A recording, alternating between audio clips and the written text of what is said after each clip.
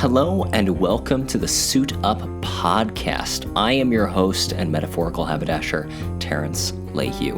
Today, our guest is Roland Hulme, a romance author and a digital Don Draper with the Hemingway Complex.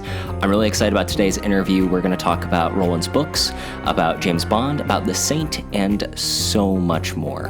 Heavy nerding on the story structure today, so buckle up and enjoy today's interview with Roland Hulme. Roland Hulme, welcome to Suit Up the podcast. Oh, well, thank you so much for having me. I'm really excited to be here. I am too. Now, one of the first things I have to ask you about is you described yourself in your bio as a digital Don Draper with the Hemingway Complex. And I just have to say, I love that as like a nice little log line for who you are. But would you mind telling just a little bit about yourself to the audience? Well, absolutely. Well, I actually am quite proud of that. I keep that as my personal brand because I come from an advertising and marketing background, but I've always wanted to be a writer since I was 9 years old. I've wanted to be a writer. My mother was a writer. My family go back in publishing 4 generations, and so it's awesome. It's something that's always meant a lot to me. But I went into advertising. What I learned in advertising. And I called myself a digital Don Draper because I was like the social media guy and coming up with these interesting ideas and pitches. And I worked in the ad agency environment, which is an addictive environment to work in. But I always wanted to write stories. I always wanted to write adventure stories, kind of like in the Hemingway mold. I also like a drink like Hemingway. So that was my brand. But it's the juxtaposition between advertising and marketing and writing and storytelling, which is just, I think these days works really well with people because people appreciate stories. They appreciate vulnerability and authenticity and all these different things. And it's nice that we live in an environment where we can actually have a platform to share that with people. Mm-hmm. One of the things I love about the digital age, for as many times as I've said, oh, I'd be better off like in the 60s or something, is that we have this access where we can do things like self-publish. We're not bound to the same old constraints of the systems that existed. And now we have that opportunity to put ourselves out there. I'm curious, do you think that the background advertising helped you in your pursuit of becoming an author? I think it absolutely did, because I realized that the keystone to being a successful author is to write books people want to read, and you have to understand what actually exists out there in the marketplace. And I think the magical part is when you get to tell the stories you want to tell in a format and a package that readers want to read, and knowing about marketing and knowing about why people react to certain things and being able to examine other products in the marketplace and build yours in a framework that works with that is really the sweet spot that makes being a full-time author something that is within people's reach. I seem to remember, and this is one of the things that you get from advertising that you can really take and write large in stories, is that you need to capture someone's attention with a very short amount of words. And that hook is then what proceeds to draw them into a greater story. Yeah. And I think I was just thinking of every single product that you like the Slap Chop. Do you remember the Slap Chop? No. Oh, these late night commercials where this guy would chop onions with this magical machine that was there. It went wild. People made huge amounts of money on it because you had this distinctive product that was presented to you in an interesting way that gave you the hook, and then you wanted to buy it. And I think books are no different. That your book, Reason and Romance, it's Jane Austen in a modern day setting from a male's perspective. That's a hook. That's a concept. That's interesting. And I think that's one of the most important ways to get readers is to have something that makes them interested and want to find out more. We mentioned Hemingway. I think it was Hemingway that said you only need like a few words to tell a good story. It was like for sale, baby shoes, unused, or something like that. Yeah, it's like Hemingway's the master of that. He's the iceberg method, the iceberg theory.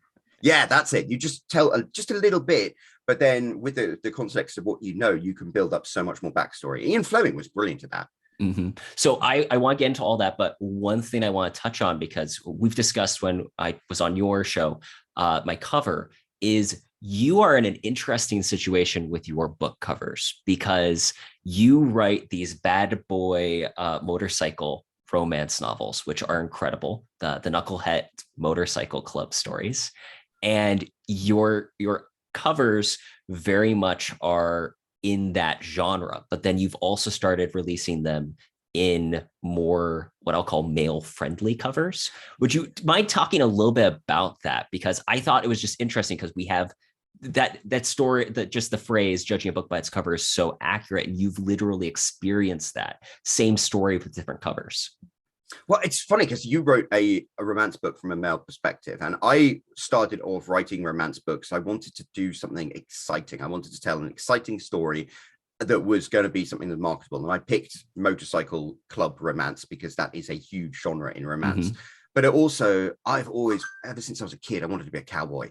And I consider Love these that. bikers are like modern day cowboys. If you like Bon Jovi, he's got a great line in a song where it's like, I'm a cowboy and a steel horse I ride. And I was like, okay, I can tell a modern day cowboy story with these people riding Harley Davidsons. And I plotted out like an adventure story involving that, a really in-depth like thriller thing, but I just told it from the perspective of the love story. And that was like the focus. And it was really satisfying and enjoying to write. And then I love from the romance books. I grew up reading all my mother's romance books, and two of my favorite authors are Jilly Cooper and Fiona Walker. I don't think are very big in America, but they would have this large cast of characters in a specific place. One story would focus on two of the characters, one couple. The next book would focus on a different couple, but all of the characters would be in the periphery and part of the story. And so I created a cast of characters for book one, and then I could reuse them in other books and then tell a broader story and like have, you know, important themes you can explore. And I was like, this is really fun. It's like you get to create your own playground. And as I went on, I started to be really proud of these books.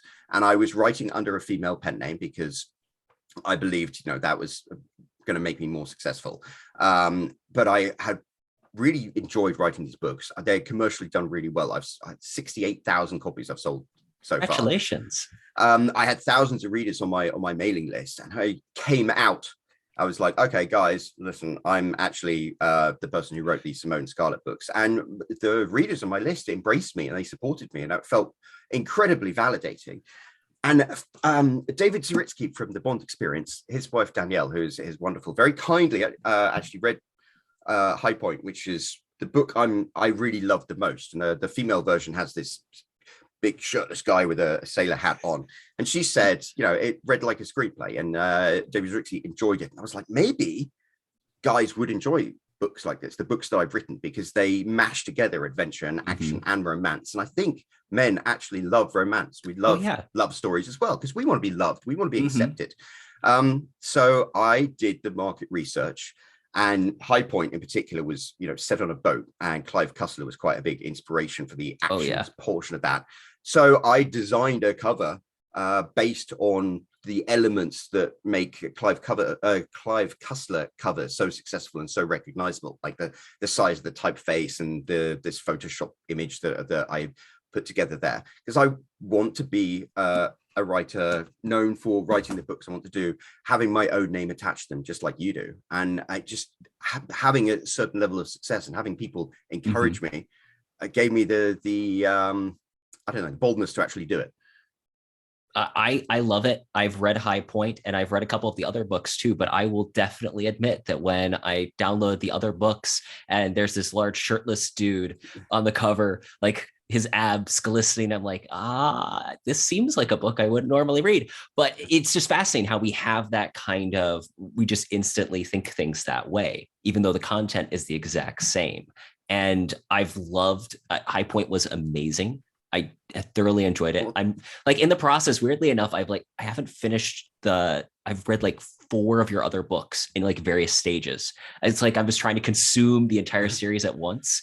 And I'll be honest, that's one of those things that I suck at, is actually I read like 8 books at a time.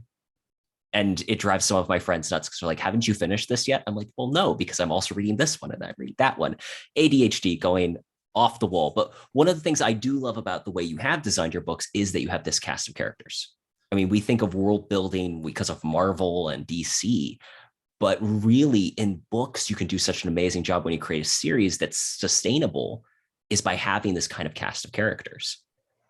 And what I found is the books then write themselves, literally, because High Point came along. I was trying to write another book that I wasn't quite in the space. And I woke up at 3 a.m. and I was like, oh my God, because I had written all of these other situations in the other books. And there was this center of conflict for like one particular phase of my books where these mysterious guys in black would find members of the Knuckleheads motorcycle gang and try and kill them. And I had written once throwaway line about this character called Max, who was nicknamed Popeye. And I figured, oh, somewhere out there, because I'd forgotten about him completely, is this guy Max. And presumably these same guys in black are going to try and kill him. What's the deal there? And so I had a story I had to tell.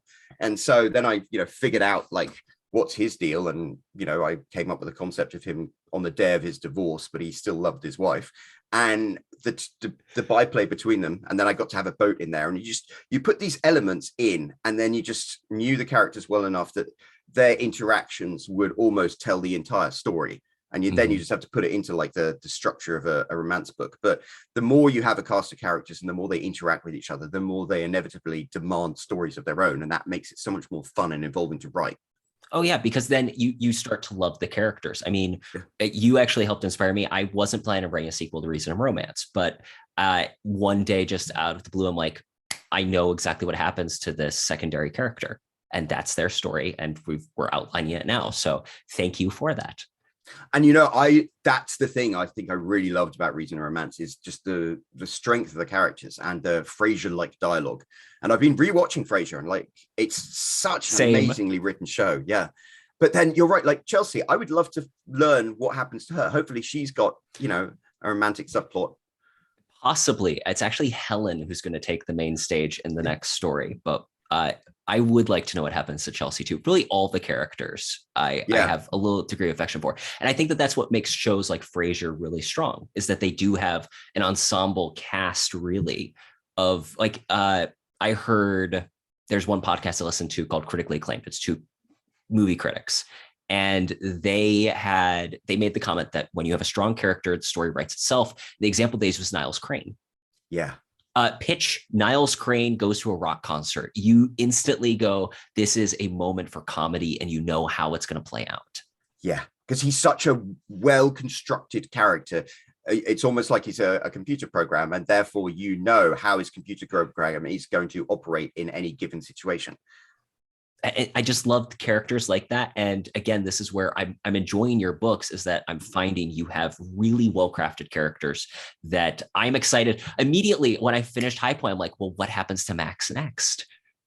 And that's what makes it exciting. And there is going to be another story. And I've got 10 books in my head already planned out, and one involving Max in the High Point, and they go off to Mumbai, of all places. You'll be interested with that one. But yeah. Did I hear accurately that you've actually seen the High Point? Because this is a real ship.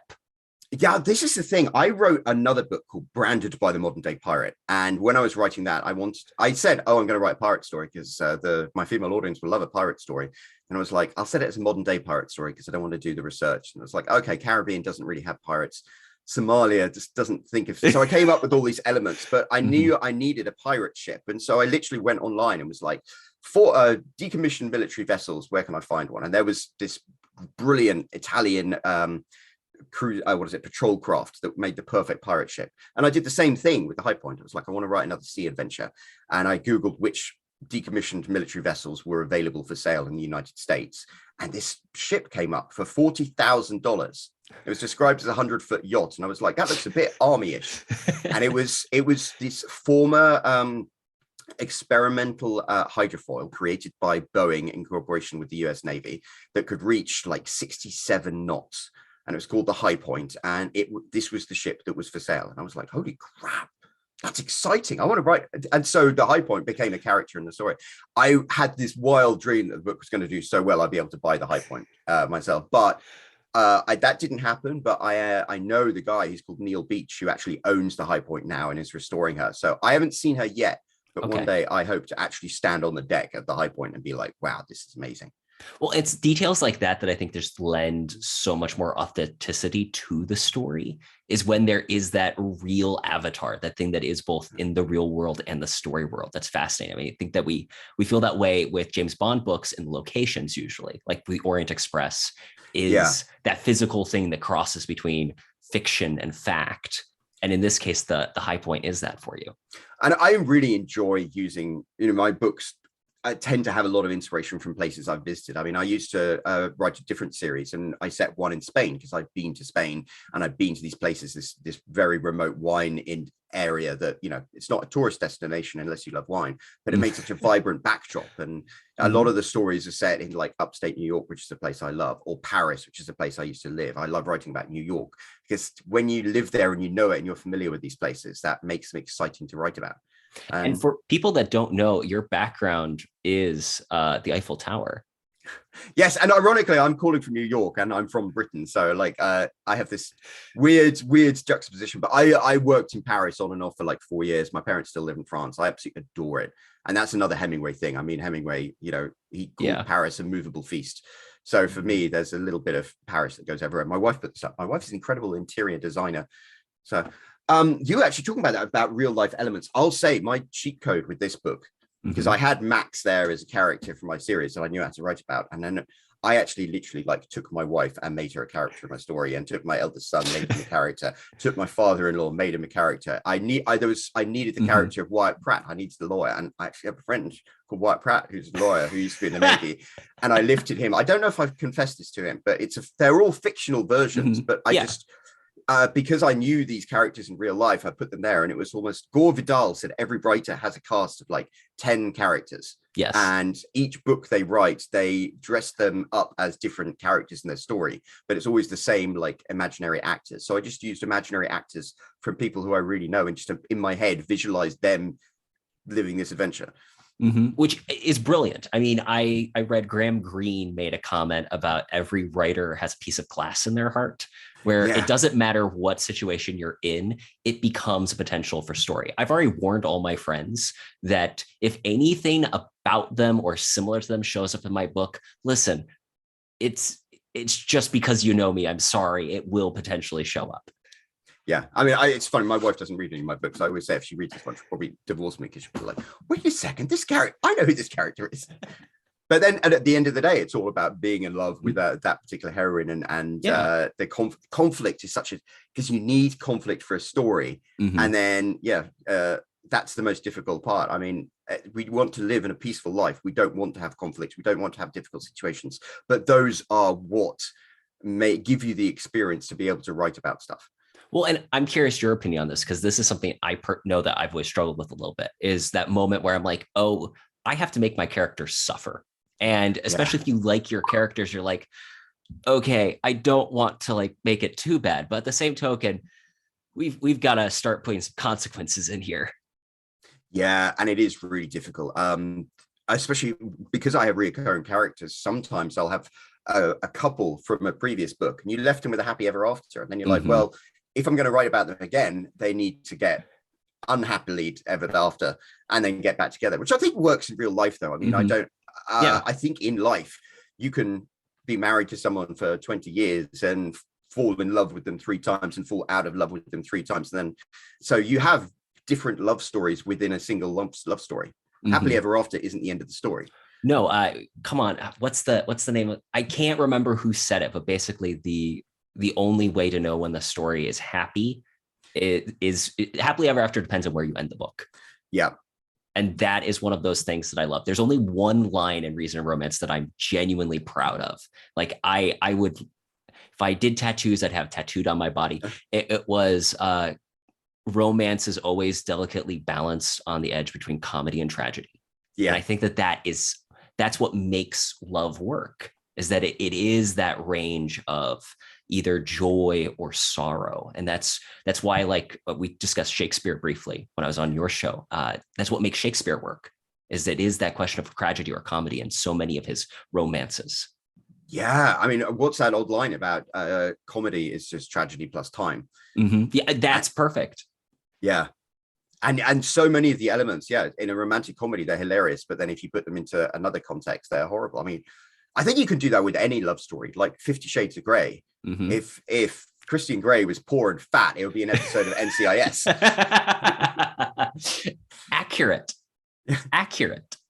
So one of the things I wanted to ask you about is, because you are basing things around this motorcycle club, are you a big motorcycle fan? And tell me a little bit about this, because I am a neophyte when it comes to motorcycles, but I'm still a dude. I still look and go, wow, that's cool. I will admit I can't currently ride a motorcycle, and that's one of my things I'm going to do. But I loved the whole idea of on a steel horse I ride. The motorcycle culture I think is fascinating. I love cars though. I'm a car nut. I always like driving old cars. Okay. I've pictures of my stupid So Lincoln go-to car. classic car. Do you have a preference? Yeah, I mean, I've owned fortunately quite a few classic cars that I really love. Like the MGB, which is a 1960s like two-door coupe. It was called the poor man's Aston Martin. Like that was a wonderful car to own, and things were always going wrong with it because British cars are always falling apart, but I adored it. And I've owned just a stack of 80s American cars, like the Firebird from what is it, Knight Rider. I've owned like yes. 3 of those. The Trans Am, my goodness. My great uncle had one of those convertible Trans Ams. I just remember that my heart broke the day he sold it. I'm like, but why can't I buy it? Well, you're 14, and obvious reasons. And I love it as well, because if something goes wrong with an old car, I can fix it. And that to me, that's almost like therapy. I enjoy that. You know, something's broken, you figure out what it is. You've got that detective thing where you have to work out what's broken about it, and then you fix it. So writing about motorcycles got me really interested in motorcycles. And I started off knowing nothing. So it was called the Knuckleheads Motorcycle Gang. And I was going to be like, and the signature ride is going to be the Harley Davidson Knucklehead. And it's like, oh, actually, it turns out that Harley Davidson only made the Knucklehead engine between 1942 and 1947, so that's not going to work. And then I found out more about bikes, and I started to just love and appreciate the artistry and the history and the heritage and the culture that goes with bikes. But most of all, I think the thing that's amazing is am I allowed to swear on your show? Yes, I'll put the E for explicit. The moment someone drops a swear word, I just hit that. Well, okay, I'll use it, but they're flipping scary. Like riding on a motorcycle is incredibly terrifying experience. It's exhilarating, it's dangerous, it's stupidly dangerous. And I mean, it's exciting. I grew up riding horses, and to me there's nothing more exhilarating than galloping on a horse at like 40 miles an hour, and you're like, holy crap, anything goes wrong, I could die, this is amazing. And on a motorcycle, you're doing it at 70 miles an hour on something that weighs 700 pounds, and it's like, yeah. In Flint and French Kiss, you have this chase sequence in the book, and I felt that reading that scene, just the speed and the velocity of these characters zipping down this highway. And it was definitely one of those where I'm like, okay, I need to drink some water, because that was heart pounding. Oh, well, that's incredibly flattering of you to say. Thank you. And I'm really, that was an exciting scene writing it. But I think that's it. The reason female readers like motorcycle romance books is because there is nothing more exhilarating than riding on the back of a motorcycle at ridiculous speeds, and there's nothing sexier than a guy who leaves you exhilarated. And that's why there is this compelling element to motorcycle riders or bikers. But I also love the idea of these motorcycle gangs operate outside the law. But what if there was a gang that operated outside the law but had a certain nobility to it? They broke the law and they lived illegally, but they did what was right and they had a moral core.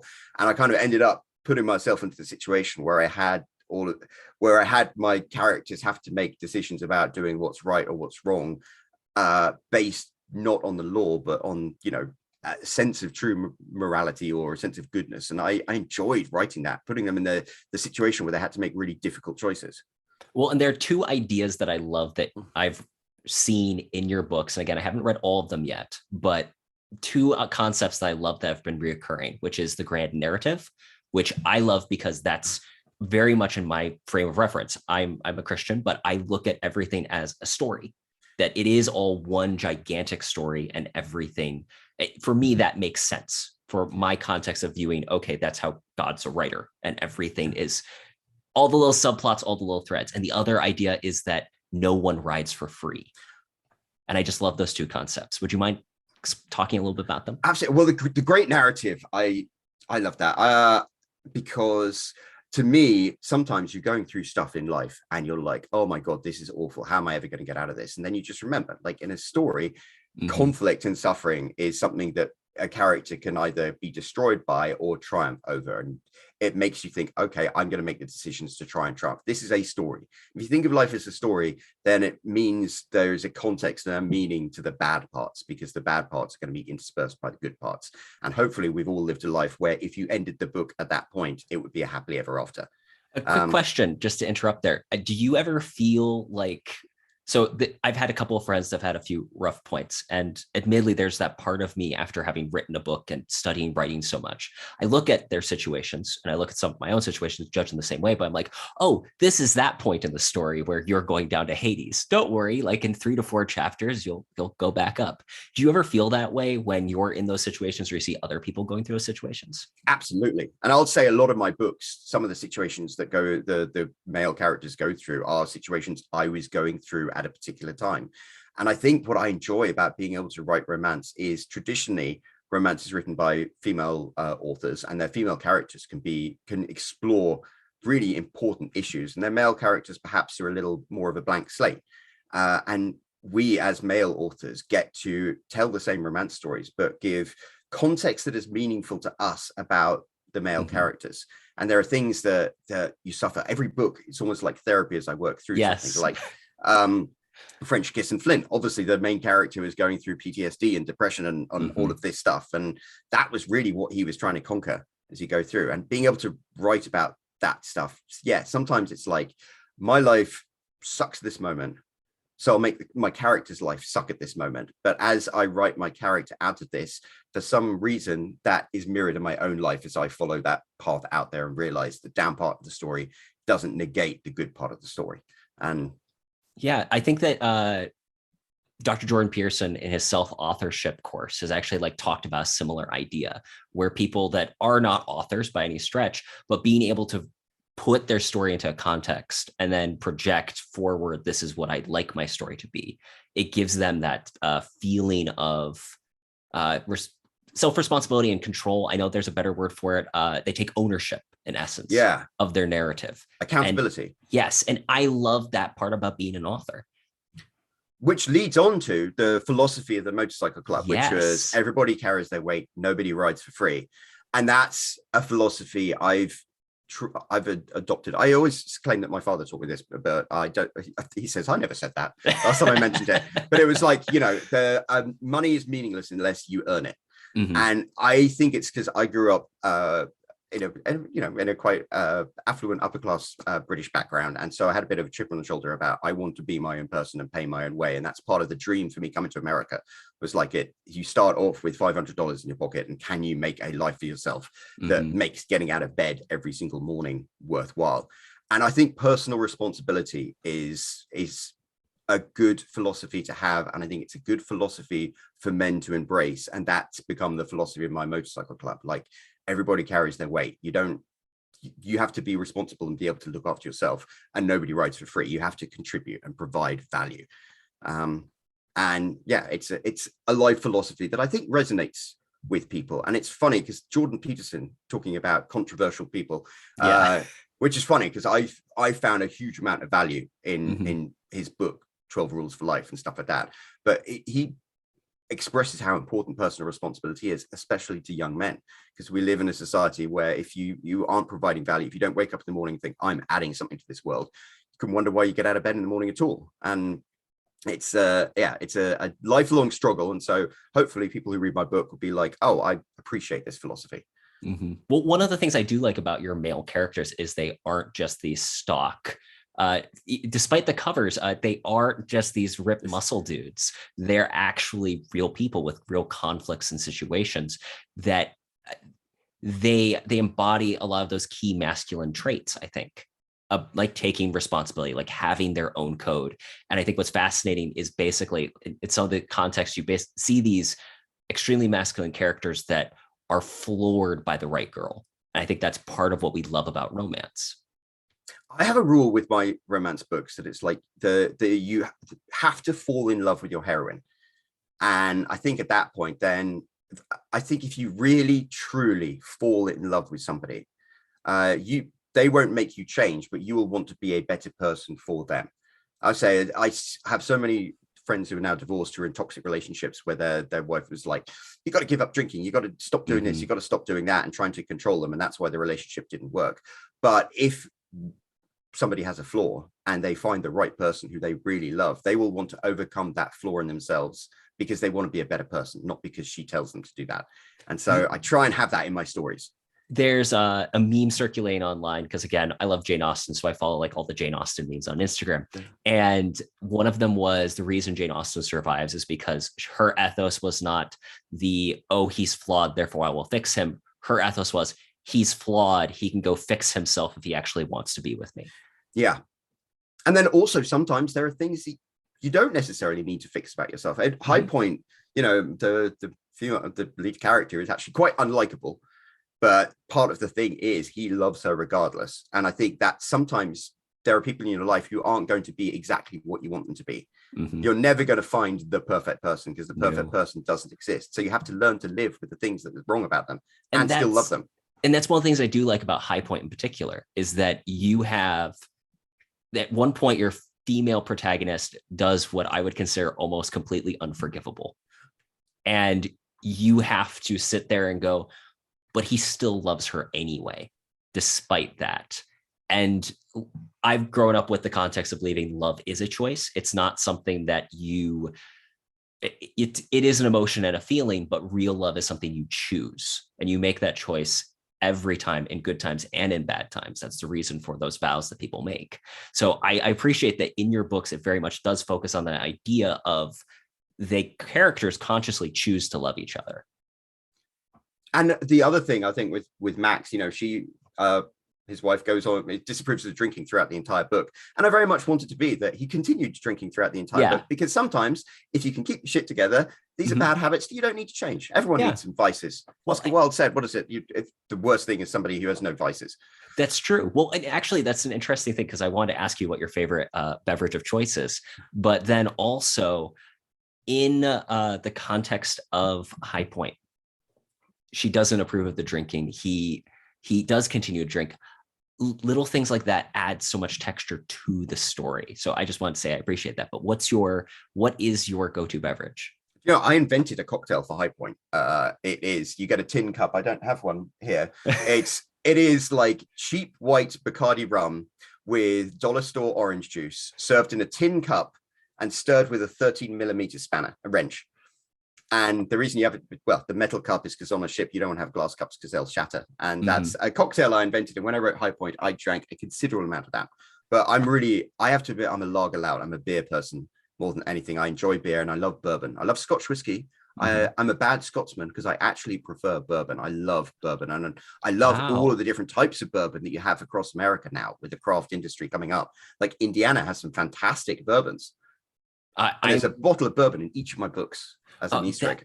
Ooh, that is a great little Easter egg. See, that's one of those things, like I mentioned before, that in another conversation we had, that I like to have certain themes show up in my books. One of them is I have this grand idea for having whiskey just subtly in the background, and then eventually I will write an entire romance novel devoted to whiskey. So we'll see how that goes. But one other thing that, before we get away from High Point too much, because I want to talk to you about some of our favorite fandoms, is you have written one of the characters in the story, the son has ADHD, is neurodivergent. And as someone who has family members like that, and am often that way myself, I appreciated that you wrote it well. And that's something I think that you have to be congratulated on, because I have seen it written poorly in so many other contexts and places. Well, that means a lot for you to say that. I mean, I said I basically took characters from real life, and my son is on the spectrum, but he's very functional. But I literally was like, what if you had him and put him in the situation? And because I knew him so well, I could understand the things he would freak out about, but also the things where he would step up and be amazing at, like fixing the computer thing, about having the pride as a kid who, you know, is always in trouble because he can't, for things he can't control, like ADHD and being on the spectrum. He's always getting yelled at. He's always being told off for not complying. To have somebody like Max give him the responsibility for learning how to pilot a ship and stuff like that, it felt really good to be able to write about that. And hopefully one day when he's old enough, because of all the sex that goes in the book, my son will read that and see how I saw him when he was 11 years old, and and the points that the things about what he was doing that he didn't need to feel bad about, and the things in him that I saw were amazing, and I just wanted to like tell him. And I'm terrible, I'm British, I have no capacity for face-to-face human interaction emotionally with other people, but I can write about it. That's You're British, what can I say? I love that. It's so great that you were able to do that. And as someone who reads a lot of books, I think there's always that part of me when I see a kid like introduced as a secondary character, as part of me it cringes, like, oh no, I've seen this in the movie where it just sucks. But you did it so well. You did so well, and I enjoyed that character in High Point instead of feeling like he was a burden or an annoyance. It was just well done, tactful, and I enjoyed it. Oh, well, I really appreciate that. And one of the things was like, he was thrown into the situation he wasn't ready for, but everybody carries their weight. Nobody rides for free. So he carried his weight and he learned to provide value. And that was, I think that's his character arc. So we have some favorite fandoms that we both have, which I love. And before we talk about Indiana Jones, James Bond, or Frasier, I have to ask you about The Saint, because here is a criminally underrated and under-talked about franchise material. And I just want to ask you about your love of The Saint, and then I'll ask you a few more questions after that about The Saint. But where did you come across Leslie Charteris? So The Saint is my first love, I would say, like even before James Bond. Everyone knows me for being a fan of James Bond, but the Saint books by this author called Leslie Charteris, he started writing them in 1928. To me, I adored them. I was a teenager, I think, and I used to start writing stories, and I would write private eye fiction and stories about people racing around in old cars. And my father was like, "You should really read The Saint." And he gave me a book, The Saint in New York. And The Saint, it's the writing, it's very archaic now, but it's like beautifully poetic. You've got this character who is 6'2", tanned, devilishly handsome, his sparkling blue eyes, he's always immaculately dressed. He says he's witty and charming and smiles, which is not like James Bond, who was the blunt instrument. He was an amazing, vivid, larger than life character who righted wrongs. He operated outside the law. The whole thing I love about the Knuckleheads, being a gang who does the right thing outside of the context of the law, being anti-heroes, that's what The Saint was. But he was always charming and romantic and brilliant. And I read every single Saint book I could, and I just adored them. And certain elements with that, the world travel, because Leslie Charteris, he traveled the world, and so he wrote about these places. There's a wonderful interview with him. You should YouTube it. He was one of the first passengers on the Hindenburg.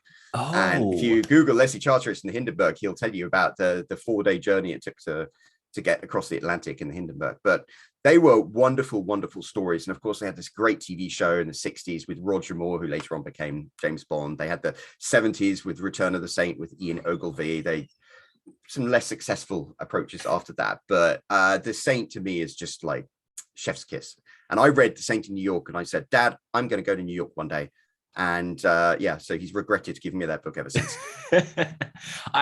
I haven't read all the Saint books. Actually, I think that people would be surprised. There are a lot. There's at least 30, right? I think there are close to 60. And there are it's some that are only available in French, for example. I have a bunch of them that really he wrote in French because he was fully bilingual and only exist in that context. That is so interesting. I didn't know that. But his books are fascinating. I've always loved the swashbuckler persona. I mean, that's why it's in my bio. That's why I call myself professional author, amateur swashbuckler, because I love like the Scarlet Pimpernel. And I feel like The Saint is almost like I say modern, but for the time, it was like a modern version of that Scarlet Pimpernel, where it's this charismatic leader who has a gang of other swashbuckling young guys who are going and doing these adventures. Especially the early ones had an ensemble cast. The later ones didn't. They were almost like product, but the early ones had an ensemble cast, and they had things like the Saint's best friend was in love with the Saint's girlfriend. And it was that added a kind of context you don't normally get in action adventure stories. And they sacrificed themselves and they stood up for something. And also the context of when the books were written around between World War I and World War II. And which is such a unique time. Yeah. I mean, World War I was just such a horrific event, and it had left Europe so devastated and it made so injurious to the psyche of humanity. Hemingway wrote so much about the lost generation. And so the rights that they were trying to write were to prevent another war. And it was unfortunate that just a few years later, war would break out again. There's one of the Saints, I think it's the Avenging Saint that I read, So I listened to the audiobook versions. Audible went through and did a whole bunch of them at some point, marvelously well narrated, but they always have like a foreword either by a fan or by who's a writer or from Charteris himself. And I think the Avenging Saint, he has like a note beforehand. He's like, listen, I wrote this just before World War II. And the whole plot is them like trying to stop basically an atomic bomb before there was an atomic bomb from going off. And it was fascinating and enjoyable. I think the Saint's underrated, like I said. And I'm curious from your perspective, since you are a fan of not only the Saint, but also James Bond. I think it's interesting to see some of the parallels and disparate elements between Charteris and Fleming. Absolutely. Where do you think the Saint needs to go to get to? Because I think he's a James Bond level character that isn't there. Why do you think that is? And what do you think could get him to that point? Well, first, I'm just going to reach over here for 1 second. I'm obsessively in love with the Saint. And one of the things that I'm proudest of is this particular book, Send for the Saints, the re-release. It has, if I could, forward by Roland Hulme. I know. I have my name in the Saint. Congratulations. I'm fortunate enough to actually know a guy who was personally friends with Leslie Charteris, and so I had that, and that's so exciting. I mean, you have forwards written by like Pierce Brosnan, no, I don't know, very famous people anyway, and then stuff like that, yeah. So that was massively exciting, but that's awesome. You have just like gone up several points of cool in my mind. I'm just lucky. It's just something I've been passionate about, and I had the opportunity because of a friend of mine, Ian Dickerson, who's a great writer and historian of things, and was a friend of Leslie Charteris. But yeah, that's something I'm excited. I have my place, tiny little flag in the world of the Saint now. But why is the Saint not as popular these days as James Bond? And it's interesting because a few years ago they tried rebooting the Saint, and they had a movie that was, to be honest, terrible.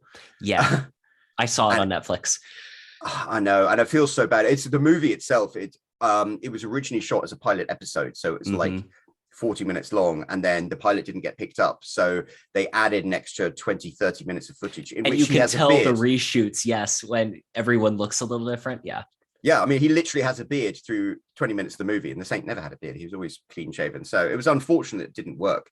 But I think part of it is the fact that the Saint was always written to be larger than life and perfect in every way. Less so in the early books, but as they got later on, it was like he was 6'2", always immaculately dressed. He won every fight. He was a world-class Roger Moore driver. was the perfect avatar of yeah, but I think in many ways the James Bond we see on screen is the Saint that we read about in the books, because especially in the Roger Moore days, he was ridiculously capable at this, ridiculously capable at that. Even Sean Connery, they would joke about how he would know obscure things that you couldn't possibly know. I was referring to the original vintage from which the story was based.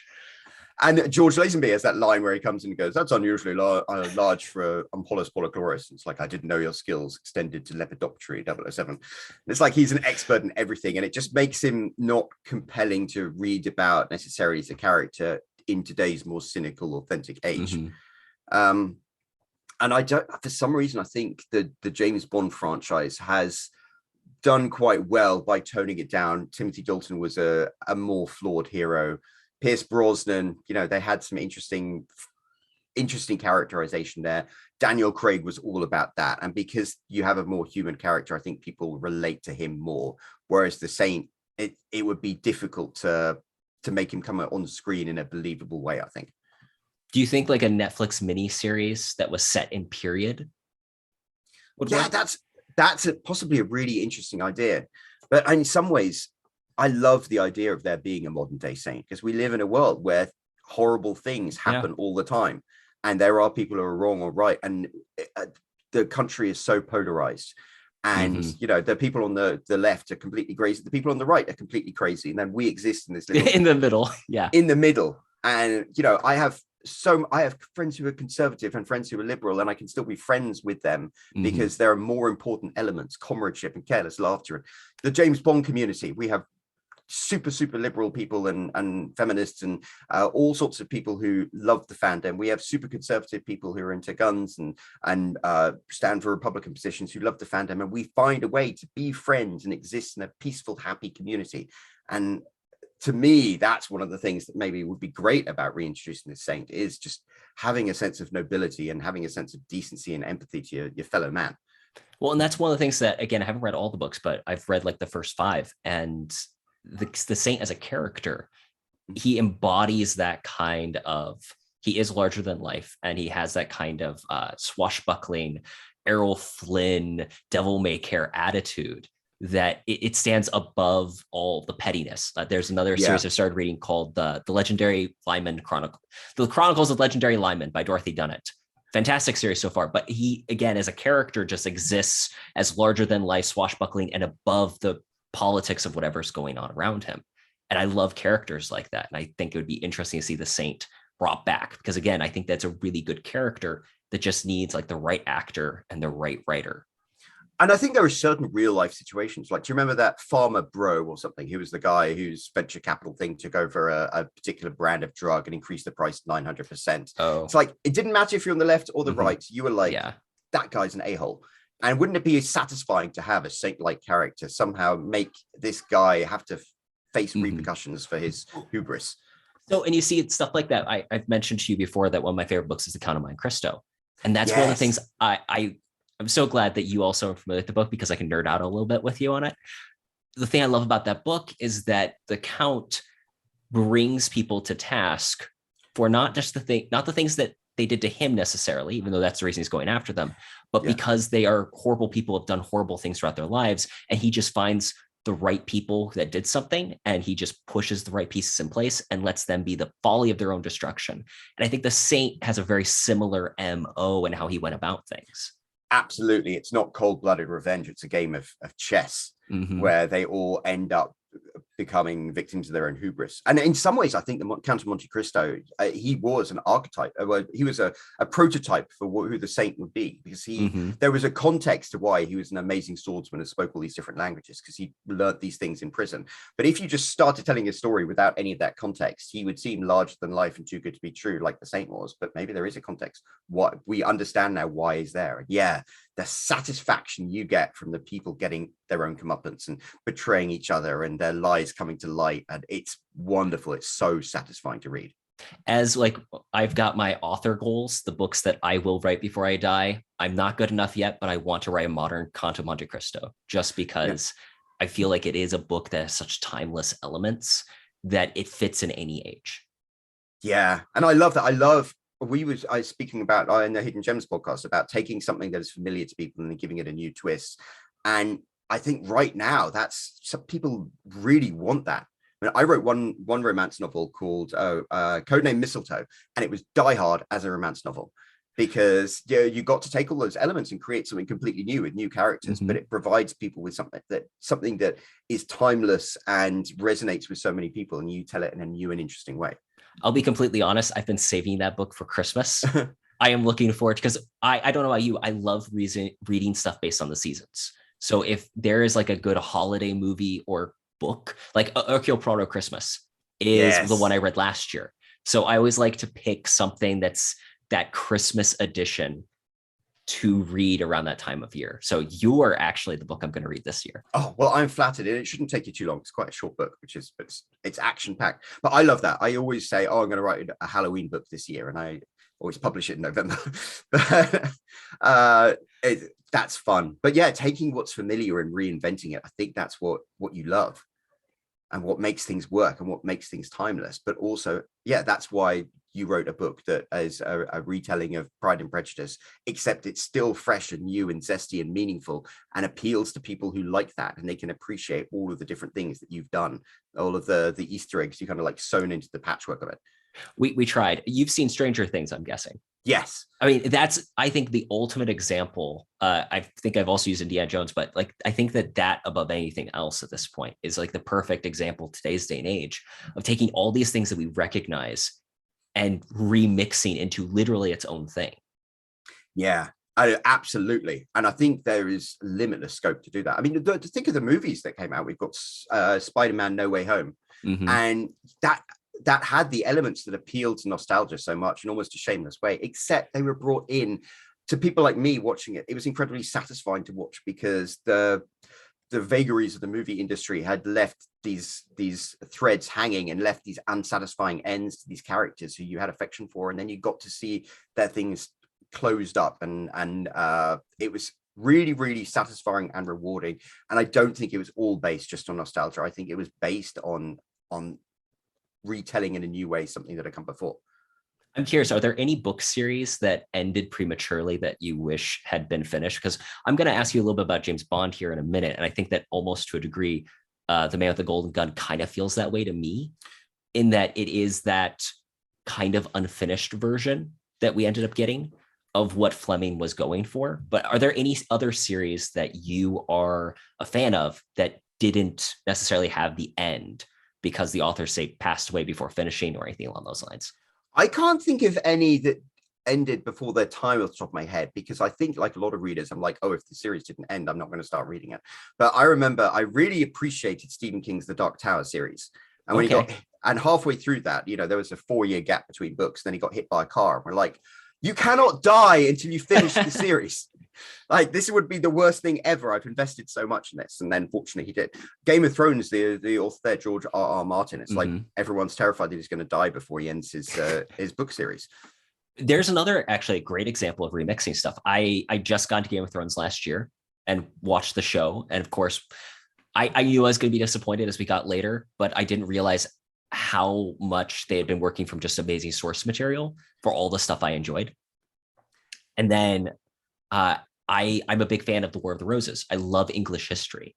I love imbibing it. So actually, the moment I started watching this, I'm like, oh, I know where he took that from history, that from history, that from history, that story. And I even read a book on the Wars of the Roses recently. I'm like, oh yeah, he really did crib. And the brutality of that period in history. A lot of people have criticized Game of Thrones because they're like, why do you have to have all of the rape and mutilation and murder and stuff? And it's like, well, that's what history was like in that time. And it's and you need to. There was one of my other favorite authors, Wilbur Smith, who I've read the 2 of the Courtney books. I've read the first 2. I need to keep reading the series, but they changed audiobook narrators on me. And I'm like, oh, I was missing the old guy. And that's a tough one. His second to last book was about slavery in America.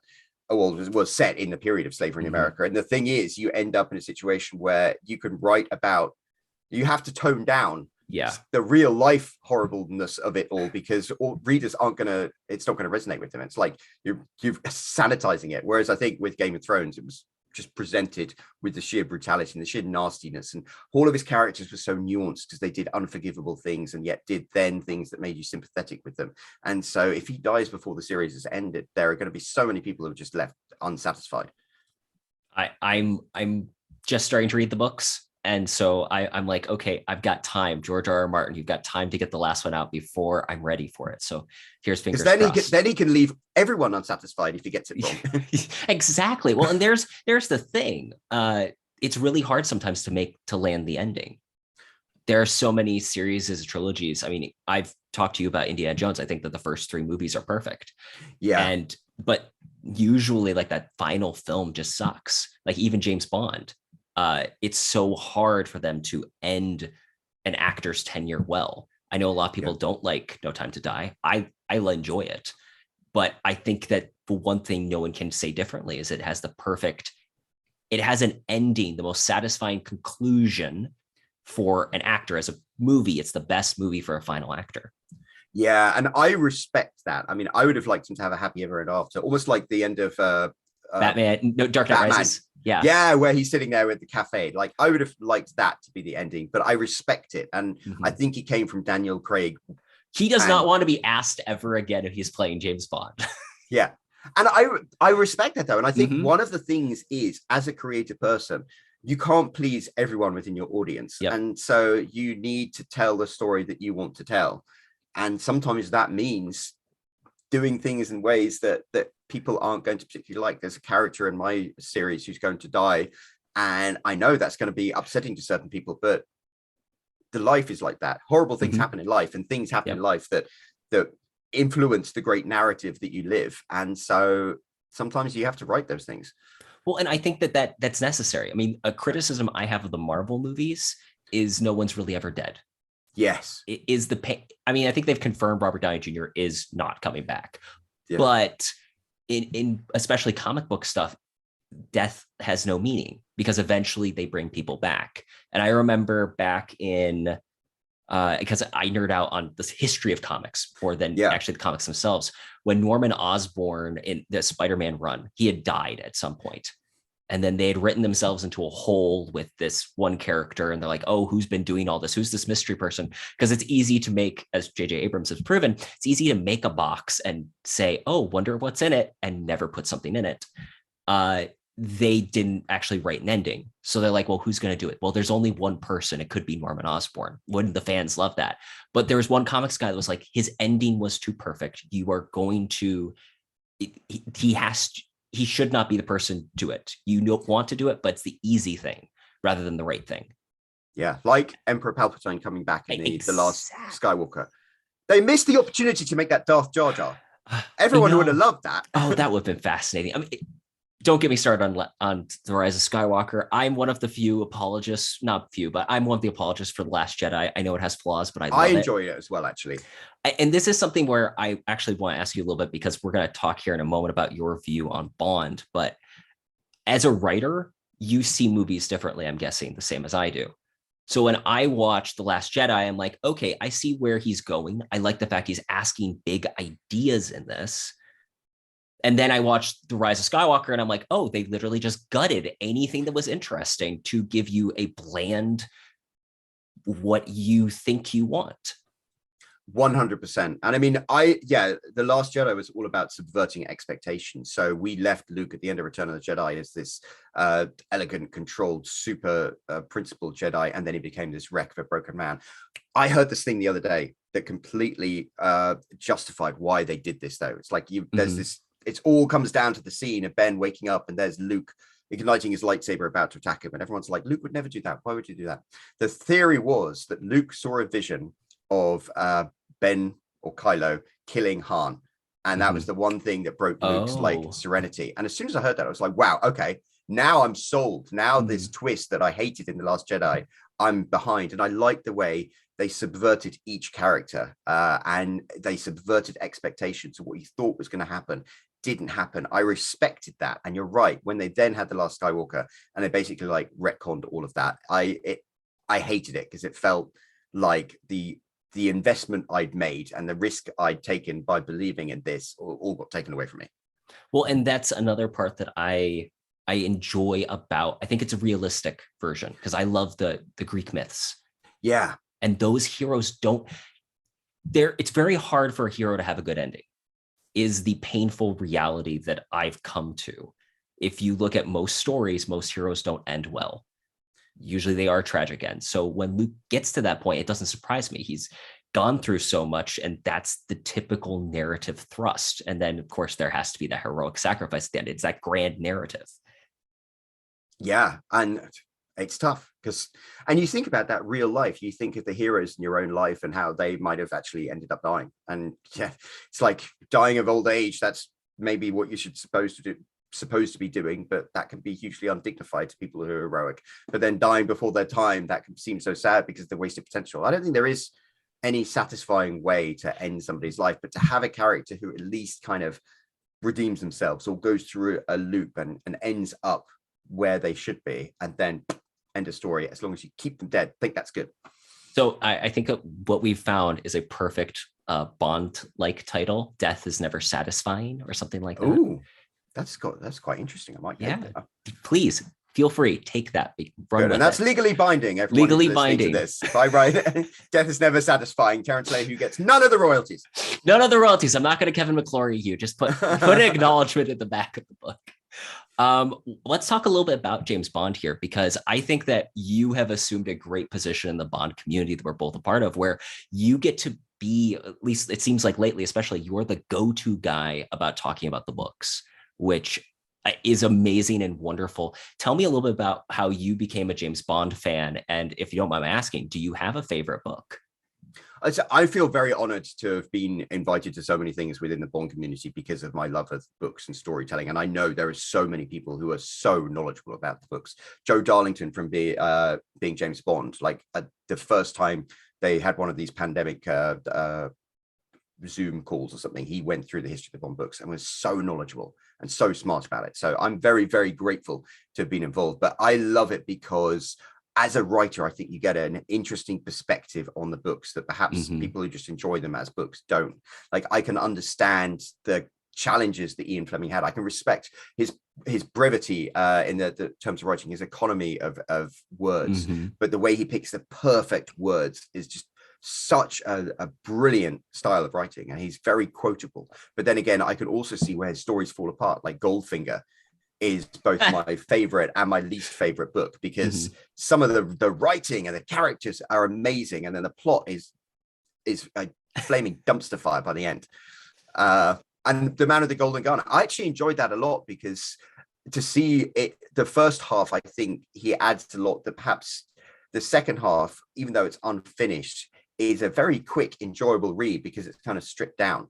And so it's interesting, though, to be able, it's like walking into a house and peeling back the wallpaper and seeing the structure. And I found The Man with the Golden Gun was great, because it was like walking into a half-built house and seeing how he assembled it. And you can then compare his writing and his plots to other stories and other plot dynamics and the structure of storytelling in different mediums. And I really enjoy being able to dissect it forensically. And, so I really enjoy Ian Fleming that way. And I think because he's only got 12 books, he's not still alive, he's not still writing. I think there is so much everyone can find within them. I mean, there's License to Queer and a lot of LGBTQA plus people who find a lot within the James Bond books that they can resonate with, that the interests, the little threads that they can pull. And I love that. Because then there are the people who, could be the complete other spectrum, who are into guns. Like Commando Bond is a great Instagram account. And it's like, it's great to see the context that he brings to discussions about that. And so many different elements are so interesting when you can dive deep into them. And I love the way there have been certain characters and certain people within the Bond community who have just specialized in certain areas, just to such an amazing thing. I mean, to listen to like Bond suits and the Bond experience and From Tailors with Love, discussing all of the different clothing choices, and when they have Bond's apartment in as well. I mean, I'm like, I have no idea what they're talking about when they're talking about these particular suit details, but I'm fascinated. So amazing to see people having the opportunity to really nerd out on the things about Bond that they really love, and then you make connections. Like you and I, the discussions we've been having about storytelling and story structure and stuff, it's like, it's great. And we have the same sandbox of James Bond to play in. It's like that. It's a big sandbox that we can all come in and play in and find toys within that sandbox that we really love. Well, I think it's so impressive is, like you said, it's 12 books and 2 short story collections. Yeah. Which from that, and then like 26 movies. And we have that as like our infrastructure, that there's so much within. I absolutely love the economy of Fleming's writing. I'm one of those people that call me just bored, but I don't enjoy like a lot of modern thrillers these days. Just keep getting fatter on the shelf. And I'm like, I don't know. I'd really rather like have a crisp, quick page turner rather than something that feels like we're dragging the story on for the sake of getting a certain size book, instead of having just a compelling, quick story. And Fleming's they're not light and breezy, but they are economic. They're kind of like that Ernest Hemingway, in that they are that economy of words. Not only that, but since I've gotten into the pulp community and those noir books, and there's a wonderful interview you can listen between Ian Fleming and it's not Raymond Dashiell Chandler. Hammett. Yes, Raymond Chandler. And that's just amazing because, again, both of them were writing at the same time. And so you really get a sense of how Fleming is really taking a lot of influences from this noir genre in the States. And it was fascinating. Yeah, and his writing evolved from that. And it's I love that. And I think you're absolutely right. The next big thing I think in writing is going to be making things bite-sized. I just read With a Mind to Kill by Anthony Horowitz, and that took me a day to read. Yep. And that's perfect because that Yes. way you don't need to invest massively in it. And yet you have the same context to discuss things. I've had so many really amazing discussions with people in the Bond community. Like the Bond's Basement just started off a new podcast. What's it called? Inflated Opinions. Yes, give a shout out to him. And that was fun because we were discussing something we both had the context of having read. And shorter is better in that way. It's, you know, it's difficult to commit to a huge, massive book. And I'm the worst at like the sprawl of books. And my next book, I'm going to really try from now on to make them all pocket sized because of that. Well, I think it's interesting because it kind of reminds me of the idea of singles and in films. Films. Now, despite the fact we're making movies longer and longer, there's that idea where the shorter a movie is, the more often you can play it. Yeah. A single can be played more times than a full album. Yep. So books. We've all got short attention spans these days. Mm-hmm. When you think about it, it's like there have been many occasions I've been on YouTube sitting down, like I'm going to watch something and I'm like 15 minutes. I haven't got 15 minutes. So if you want to be successful on YouTube, keep your videos to 5 minutes because people will invest 5 minutes in you. And I've found that in my own personal stuff. I make videos. And if I ramble for 45 minutes, you have people dropping off after 10 minutes. And when you write books that are 160,000 words, people don't read all the way through. So being able to be disciplined with yourself and put things into a much more bite-sized thing, I think is a really valuable skill that creative people should focus on moving forward. I'm excited. My Swashbuckler, it's only 40,000 words, which is actually almost half of what my romance novel was. Romance novel was like 67. So I'm going to be very curious to see how that actually does in terms of the read through, because the chapters I also wrote were shorter, trying to make it more of a clip running through. As you know, 40,000 words, I think is going to be the sweet spot moving forward. And it doesn't give you much to play with. But then again, The Man with the Golden Gun was an exciting story. That was 40,000 words. So, you know, that's a good length. And if you can have the discipline to put that in there, it's not just about the story. It's not just about the characters. It's not just about the writing. It's about packaging it together in a way that readers, you know, are willing to embrace. And I'm sorry for interrupting, but I'm just curious, as we're getting close to, I think, the end of the conversation here, what would you say advice to beginning self-published authors? I'll happily take any, but people that are listening that want to get involved in this, where should they go for resources? And then what do you think, because I've seen a couple of your YouTube videos, you have said that you kind of have like the idea of the perfect, this is what makes the perfect self-published book. Would you mind sharing that a little bit? Yeah, and I think that's really important. If I could go back in time and do it again, I would not. People approach it by writing the story first and then figuring out how they're going to sell it later. The best advice I could have, which is advice I'd never follow, like all the best advice is write the blurb to your book first. So write the little thing that's going to be on the back, because in that you have to come up with whatever it is that's compelling and exciting to the reader. And if you haven't started your book, that gives you an opportunity to figure out what is exciting and compelling to write about. And so I never take this advice, but write your blurb first, and then it sets you up to really focus on the things that are going to appeal most to potential readers. And then I think it's very important to do a lot of research, find the books that inspired you, and learn what elements, not that you copy, but that you share. I think the book High Point, when I did the male cover, I designed the cover to have elements in common with Clive Cussler books. Like Clive Cussler books always have a boat doing something exciting on the cover. The writing style, it's not the same font, it's not the same color, but the proportions are the same as a Clive Cussler book. So when you go onto Amazon and you see this book next to a Clive Cussler book, they look kind of the same, or they at least give the unspoken promise to the reader. Hey, this guy gets it. This guy knows about, you know, if he gets the cover elements right, he probably gets the story elements right, and I'll probably enjoy it. So do a ton of research. And what you want to do is package your book up to look appropriate alongside other books in that genre, like you did. I've got with Reason and Romance, you know, would look perfectly in place next to Tessa Bailey's book, and Tessa Bailey sells gazillions of books. So you need to get the dress code right. Like you go to Ambassador's reception, you need to be wearing the tuxedo. But to really, really make a difference, you then need to have something about it shine, that zestiness that we were talking about earlier.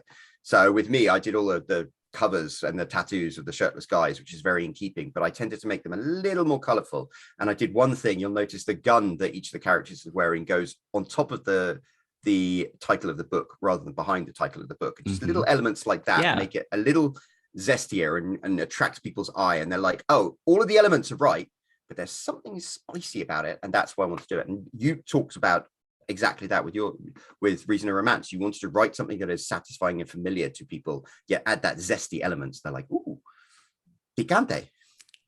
Another question I want to ask is, since you're also well read, are there any books that you'd like to recommend to the audience, or what are you reading right now? Right now, I am reading, believe it or not, The Great Gatsby, because I haven't read that in a while. And I'm very great. Of course, F. Scott Fitzgerald was great friends with Ernest Hemingway. Yeah, and in Ernest Hemingway's book, A Movable Feast, I think he talks about a road trip he took with Fitzgerald, which is fascinating. And so that's really interesting to read. And I think there is always value in reading classics, even if you haven't read them before. What's the last book I read? I read your book. I had an advanced reading copy of Kim Sherwood's Double O trilogy, and that was really exciting to be given the opportunity to read. But I try and always have a book on the go. And we have so many books everywhere that there are always gazillions that I haven't read. Buying books and reading books are two different hobbies, as Dorothy Parker said. Sadly true. So what are you reading right now? Right now, oh dear goodness, I'm reading the 5th book in the Legendary Lyman Chronicles, which is Dorothy Dunnett. Yes. It's a pawn in frankincense, so it's a good series. I definitely recommend it to people. And if you haven't read her books, delightful characters. Yeah, I've been reading a lot of Lee Child as well, and I enjoy reading books like that because you can learn so much from the craft of writer reading that. It's like Lee Child is a phenomenal writer. I had never read him before, but I'd seen the Reacher series, and now I'm like, I have to start reading the Jack Reacher books.